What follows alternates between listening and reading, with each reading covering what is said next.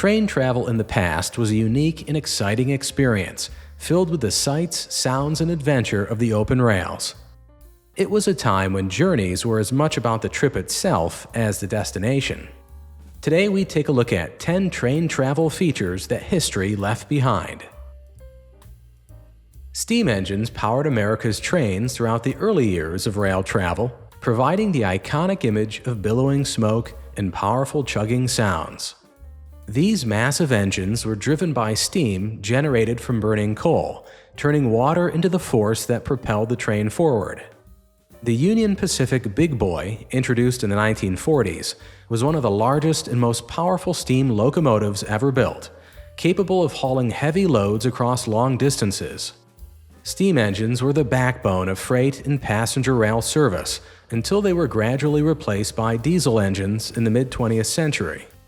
While they were noisy and required constant maintenance, steam engines are remembered fondly for their romantic appeal and sense of adventure. Rail fans and tourists still seek out steam trains, such as the Strasburg Railroad in Pennsylvania, one of the few places where they are still operational today. Wood-paneled interiors were a hallmark of early passenger train cars in America. The rich, polished wood gave the cars a luxurious and classic feel, reminiscent of upscale hotels and private clubs. Mahogany, oak, and walnut were often used to create warm and inviting atmosphere for travelers. These interiors were carefully crafted, with intricate details like carvings and moldings, adding to the elegance. The wood paneling not only provided a sense of comfort, but also helped insulate the cars, making them quieter and more pleasant for long journeys. By the mid-century, many train companies began switching to more modern materials like stainless steel and plastic. Some restored vintage trains still feature these original wood-paneled interiors, keeping the history alive. Porters played a key role in ensuring passenger comfort during train journeys, particularly on sleeper and first-class cars. These uniformed attendants were responsible for assisting passengers with luggage, making up beds, and attending to other needs during the trip.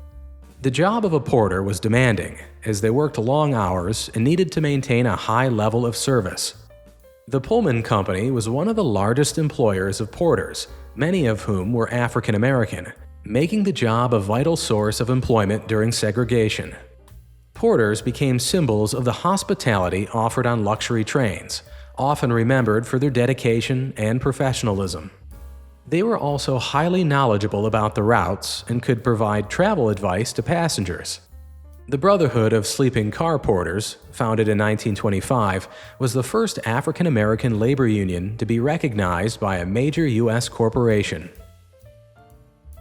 Art Deco trains were a symbol of luxury and innovation during the 1930s and 40s in America. These trains were designed with sleek lines, bold colors, and geometric patterns, reflecting the Art Deco style that was popular at the time. They often featured streamlined locomotives that looked futuristic and fast, even when standing still. Inside, the trains had elegant interiors with rich materials like polished wood, chrome, and glass, creating a glamorous atmosphere for passengers. Some of the most famous Art Deco trains included the 20th Century Limited and the Super Chief, which catered to wealthy travelers. These trains offered high-end services, including fine dining, sleeping compartments, and observational lounges. The 20th Century Limited was so iconic that its red carpet tradition for boarding passengers gave us the modern phrase, "rolling out the red carpet." Since the early days of train travel, conductors would punch passenger tickets as a way to confirm their fare had been paid. This practice involved the use of a unique hole puncher, often with a distinctive shape or pattern, to mark the ticket. Conductors would walk through the train, asking for each passenger's ticket and using their hole puncher to verify it. The punch tickets were kept by passengers as souvenirs or proof of their journey. Ticket punching not only ensured accountability, but also added a personal touch to train travel. While modern technology has largely replaced paper tickets with digital versions, the tradition of punching tickets remains iconic in the history of rail travel.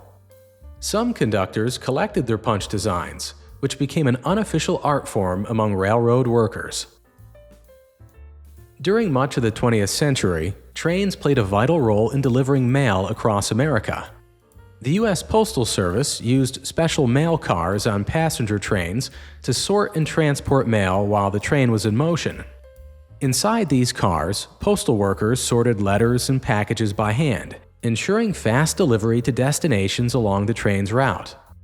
Known as Railway Post Offices, or RPOs, these cars had sorting racks, mail slots, and bins for organizing the mail. RPOs were efficient and sped up the mail delivery process, as trains could cover long distances quickly. Mail cars often operated on the most important train routes, including the famous 20th Century Limited. By 1977, the last mail car made its final run, as air and truck transport had taken over most mail delivery duties. At the height of the RPO system, over 10,000 postal workers sorted mail on more than 9,000 routes across the country. Observation cars provided passengers with stunning, panoramic views of the landscape as the train traveled across America. These cars, often located at the rear of the train, featured large windows and in some cases glass domes on the roof for an even broader view. Introduced in the early 1900s, they became a popular addition to many scenic routes, such as those through the Rocky Mountains or along the Pacific coast. Observation cars were designed for sightseeing, with comfortable seating and open lounge areas. Travelers could relax, socialize, and enjoy the changing scenery without having to leave their seats. Many observation cars also included bar services, adding to their appeal. Although they are now less common because of higher operating costs, Amtrak still offers their Superliner Sightseer lounge car to take in the views. Before the invention of modern communication systems, railroads relied on telegraph systems to keep trains running smoothly. The telegraph allowed railway operators to send and receive messages using Morse code, a system of dots and dashes.